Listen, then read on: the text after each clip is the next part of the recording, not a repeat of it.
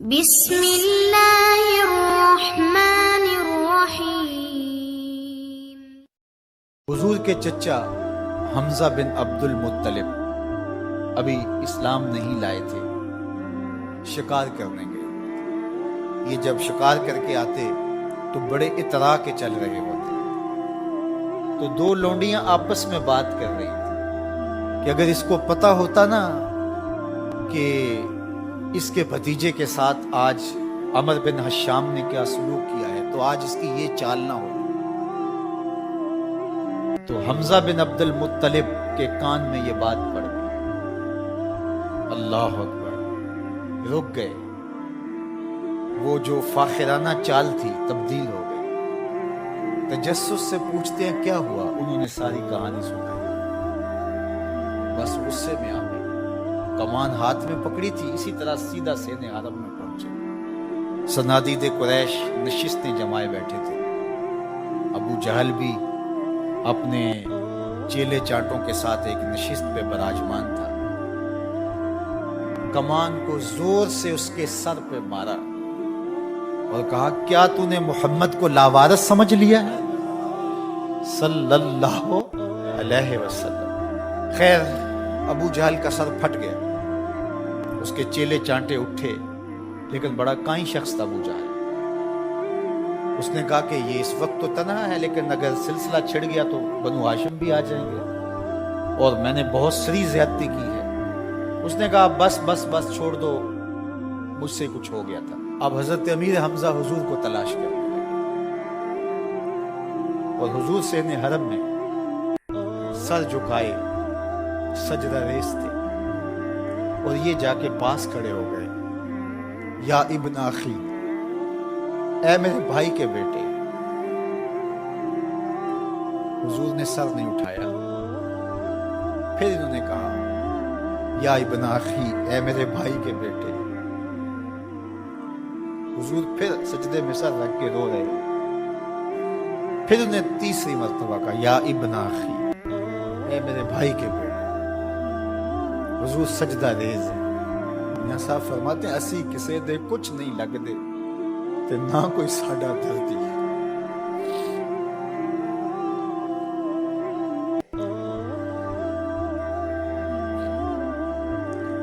خیر حضور نے سر انور اٹھایا تو کہا بتیجے تو خوش ہو جا، میں تیرا بدلہ لے آیا۔ حضور نے بڑی بے نیازی سے کہا کہ چچا مجھے کوئی خوشی نہیں ہوئی۔ کہا میں اتنے بڑے سورما کا سر پھاڑا ہے۔ کہا مجھے کوئی خوشی نہیں، بخت یاوری کر رہا تھا۔ دوسرا جملہ کہا تم کیسے خوش ہو گئے؟ کہا جس رب کو میں مانتا ہوں اس کو تم بھی مانو، یہ میری خوشی کا سامان ہے، اگر مجھے یہ دے سکتے ہو تو کہا پھر دیر نہ کیجئے، ابھی اپنی غلامی میں شامل کر۔ آقا کریم علیہ السلام احد کے اندر جب حضور کے چچا شہید ہوئے، وہ دن بھی تاریخ اسلام کا دردناک دن ہے۔ آقا کے سر پہ پٹی بندھی ہوئی تھی، آنکھوں میں آنسو تھے، اور بار بار پوچھتے تھے ما فعل امی، میرے چچا کی بات سناؤ۔ حضور علیہ السلام سے حرم کی جانب جا رہے ہیں، کوہ صفا کے قریب عبداللہ ابن جدعان کا گھر ہے۔ قریب سے گزرے تو آگے سے ابو جہل آ رہا ہے۔ حضور علیہ السلام کو جب اس نے دیکھا تو بدتمیزی شروع کر، وہ کلچتا چلا جا رہا، حتیٰ کہ اس نے ایک نوکیلا پتھر پکڑ کے حضور کو زخمی کر، اور آقا کے نازک بدن سے خون بہنے لگا۔ حکم جہاد نہیں آیا، اللہ کی مشیت ہے۔ حضور علیہ السلام وہاں سے سین حرم میں پہنچے، آب زمزم سے اپنے زخم دھوئے، اور اللہ کے حضور سجدہ ریز ہو گئے۔ مالک تیرے رنگ، یاری تیری سونا پر ازمیشاں تیریاں اگ، سونا پرکھیا جامدہ ہے نال اگاں دے لگ۔ حضور کے چچا حمزہ بن عبد المطلب ابھی اسلام نہیں لائے تھے، شکار کرنے گئے۔ یہ جب شکار کر کے آتے تو بڑے اطراء کے چل رہے ہوتے، تو دو لونڈیاں آپس میں بات کر رہی کہ اگر اس کو پتہ ہوتا نا کہ اس کے بھتیجے کے ساتھ آج عمر بن حشام نے کیا سلوک کیا ہے، تو آج اس کی یہ چال نہ ہو۔ تو حمزہ بن عبد المطلب کے کان میں یہ بات پڑ گئی، اللہ اکبر، رک گئے۔ وہ جو فاخرانہ چال تھی تبدیل ہو گئی۔ تجسس سے پوچھتے ہیں کیا ہوا، انہوں نے ساری کہانی سنائی، بس غصے میں آ گئے، کمان ہاتھ میں پکڑی تھی، اسی طرح سیدھا سین حرم میں پہنچے۔ صنادید قریش نشستیں جمائے بیٹھے تھے، ابو جہل بھی اپنے چیلے چاٹوں کے ساتھ ایک نشست پہ براجمان تھا۔ کمان کو زور سے اس کے سر پہ مارا اور کہا کیا تو نے محمد کو لاوارث سمجھ لیا صلی اللہ علیہ وسلم۔ خیر ابو جہل کا سر پھٹ گیا، اس کے چیلے چانٹے اٹھے، لیکن بڑا کائیں شخص تھا ابو جہل۔ اس نے کہا کہ یہ اس وقت تو تنہا ہے، لیکن اگر سلسلہ چھڑ گیا تو بنو ہاشم بھی آ جائیں گے، اور میں نے بہت سری زیادتی کی ہے۔ اس نے کہا بس بس بس چھوڑ دو، مجھ سے کچھ ہو گیا تھا۔ اب حضرت امیر حمزہ حضور کو تلاش کرنے لگے، اور حضور سین حرم میں سر جھکائے سجدہ ریز تھے، اور یہ جا کے پاس کھڑے ہو گئے، یا ابن اخی، اے میرے بھائی کے بیٹے۔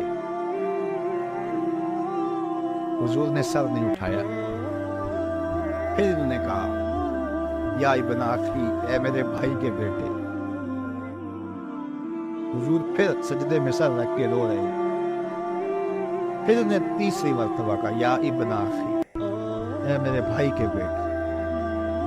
حضور سجدہ ریز ہے۔ میاں صاحب فرماتے ہیں اسی کسے دے کچھ نہیں لگ دے تے نہ کوئی ساڈا دردی۔ خیر حضور نے سر نور اٹھایا تو کہا بھتیجے تو خوش ہو جا، میں تیرا بدلہ لے آیا۔ حضور نے بڑی بے نیازی سے کہا کہ چچا مجھے کوئی خوشی نہیں ہوئی۔ کہا میں اتنے بڑے سورما کا سر پھاڑا ہے۔ کہا مجھے کوئی خوشی نہیں، وقت یاوری کر رہا تھا۔ دوسرا جملہ کہا تم کیسے خوش ہو گئے؟ کہا جس رب کو میں مانتا ہوں اس کو تم بھی مان،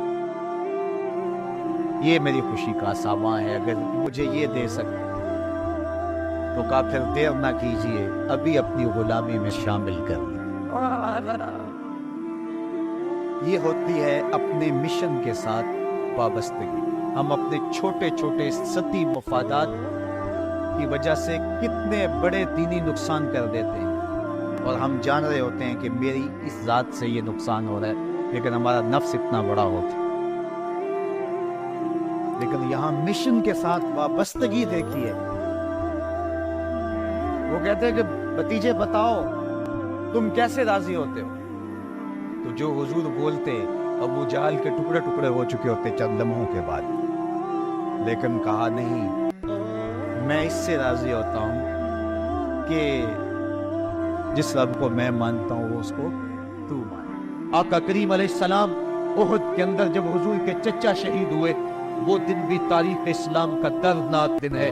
آقا کے سر پہ پٹی بندھی ہوئی تھی، آنکھوں میں آنسو تھے، اور بار بار پوچھتے تھے ما فعل امی، میرے چچا کی بات سناؤ۔ جب بتایا گیا حضور حضرت حمزہ شہید ہو گئے ہیں، تو آقا کریم ان کی لاش پہ گئے، دیکھا کہ ان کا پیٹ چاک ہے، ان کی ناک کاٹ دی گئی ہے، ان کی زبان کاٹ دی گئی ہے، ان کا دل نکال لیا گیا ہے، ان کی آنکھوں میں نیزے چبھوئے گئے ہیں، اور ان کے کان کاٹ لیے گئے ہیں۔ آقا کریم کی آنکھوں میں اشک تھے، اور آقا کریم ما فعل امی، میرے چچا کا کیا ہوا؟ آقا کریم اپنی زبان پہ یہ لفظ لا رہے تھے، اور پھر جب حضرت صفیہ آئیں اور ان کے پاس 2 کفن کے ٹکڑے تھے، 2 کفن کے کپڑے تھے، جب حضرت امیر حمزہ کو کفن دیا جانے لگا، کہا 7 انصاری کی لاش پڑی ہوئی ہے، کہا انہیں بھی کفن دو، میرا حمزہ 2 کپڑوں میں، اور اسے 1 کپڑا بھی نصیب نہ ہو۔ محمد عدل کرنے آیا ہے، انصاف کرنے آیا ہے۔ اب جب کپڑے پھیلائے گئے تو 1 کپڑا لمبا تھا، 1 کپڑا چھوٹا تھا۔ عرض کی حضور یہ جو بڑا کپڑا ہے یہ امیر حمزہ رضی اللہ تعالیٰ عنہ کو دے دیں، اور چھوٹا انصاری کو دے دیں۔ کہا نہیں، میں انصاف کرنے آیا ہوں، قرا ڈال لو، کس کے حصے میں کون سا کپڑا آتا ہے۔ اور جب قرا ڈالا گیا تو چھوٹا کپڑا حضرت امیر حمزہ کے حصے میں آیا اور بڑے کپڑے میں اس انصاری صحابی کو کفن دیا گیا۔ اب وہ کپڑا جب حضرت امیر حمزہ کا سر ڈھانپتے تھے تو پاؤں ننگے ہو جاتے، پاؤں ڈھانپتے تو سر ننگا ہو جاتا۔ آقا کریم فرمایا کپڑا سر کی طرف کر دو اور ازخر گھاس لے کر پاؤں کی طرف ڈال دو۔ اللہ کے محبوب علیہ السلام اس دن اتنے غم زدہ تھے کہ جب دوبارہ مدینے پہنچے تو حضور کو پکڑ کر کھچر سے سواری سے اٹھا کر حضور کو جو ہے وہ نیچے رکھا گیا۔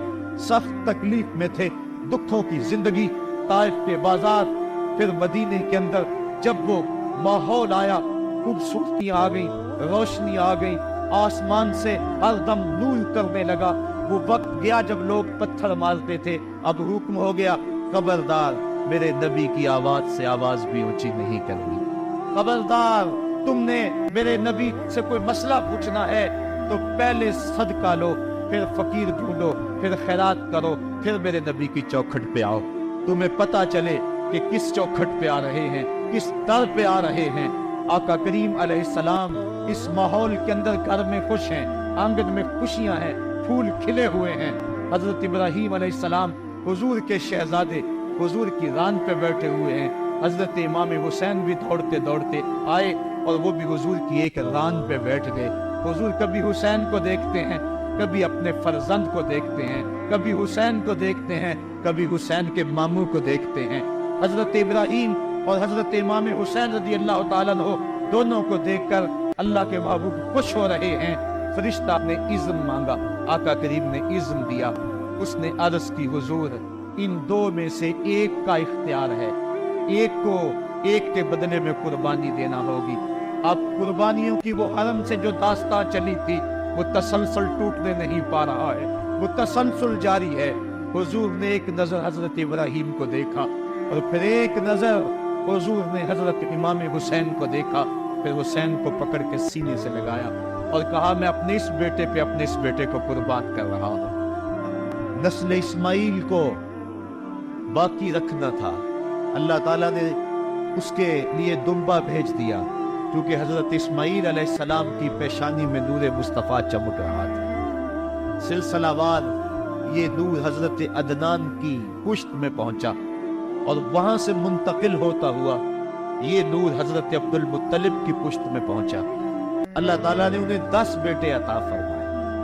انہوں نے منت مانی تھی، اے اللہ اگر تو مجھے 10 بیٹے دے اور وہ جوان ہو، تنو مند ہو، تو میں ایک بیٹا تیرے راستے میں قربان کروں۔ جب حضرت عبداللہ جو کہ حضرت عبد المطلب کے چھوٹے فرزند تھے، ان کی عمر 18 سال ہوئی تو حضرت عبد المطلب کو اپنی منت یاد آئی۔ انہوں نے اپنے 10 بیٹوں کو بلایا، کہا بیٹا میں نے کعبہ کے رب سے یہ وعدہ کیا ہے کہ اللہ مجھے اگر 10 بیٹے دے گا تو میں ایک بیٹا اللہ کی راہ میں قربان کروں گا۔ اب تم بتاؤ تمہاری رائے کیا ہے؟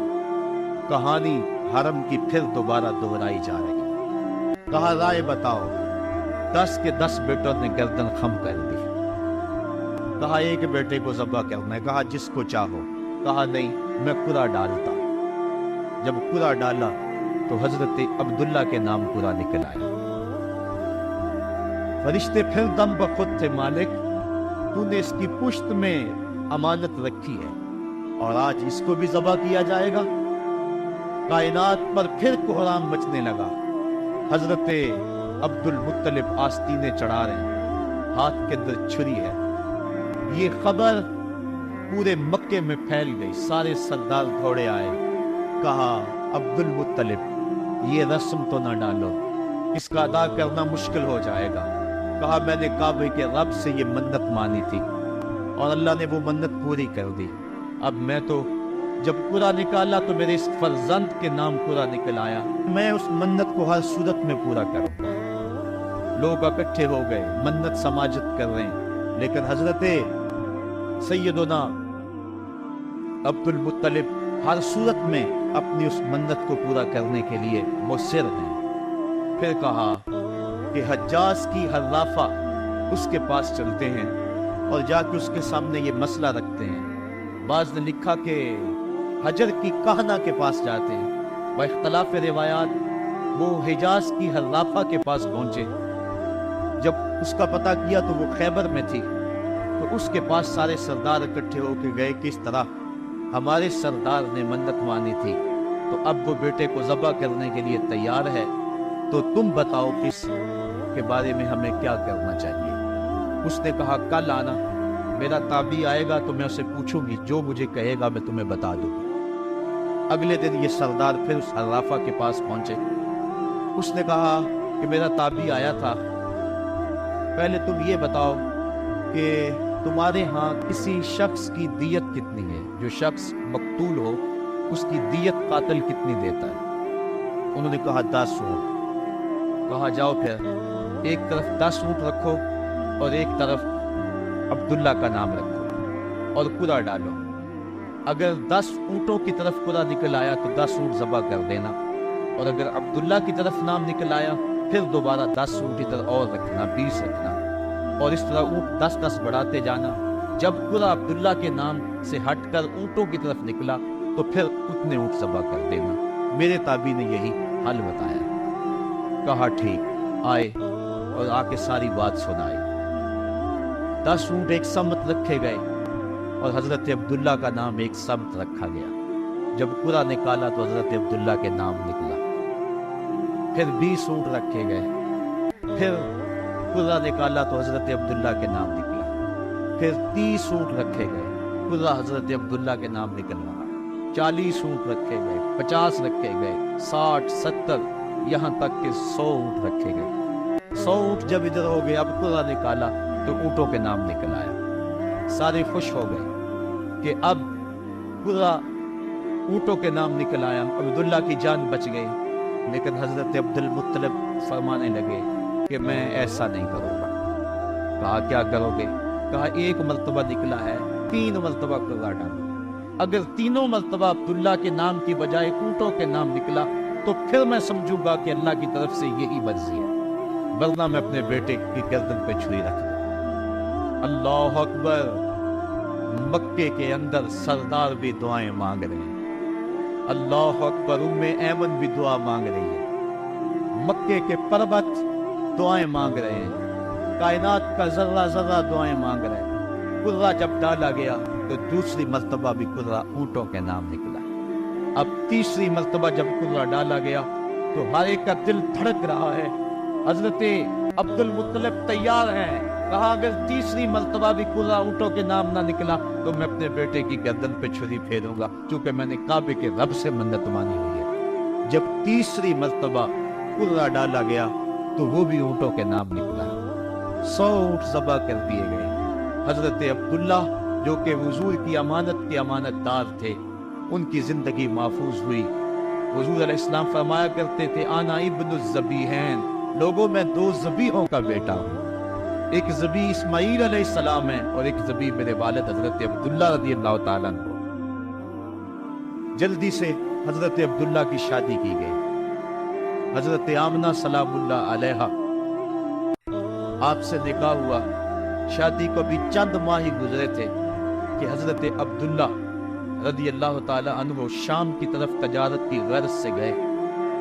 واپس جب مدینہ طیبہ پہنچے تو ان کی طبیعت خراب ہو گئی، تو وہ چند لمحے چند دن وہاں رک گئے۔ قافلہ بھی رکا لیکن طبیعت سنبھل نہیں رہی تھی، قافلے والے انہیں وہاں چھوڑ آئے اور واپس آ گئے۔ کچھ دنوں کے بعد خبر پہنچی کہ حضرت عبداللہ رضی اللہ تعالیٰ عنہ کا مدینے میں انتقال ہو گیا۔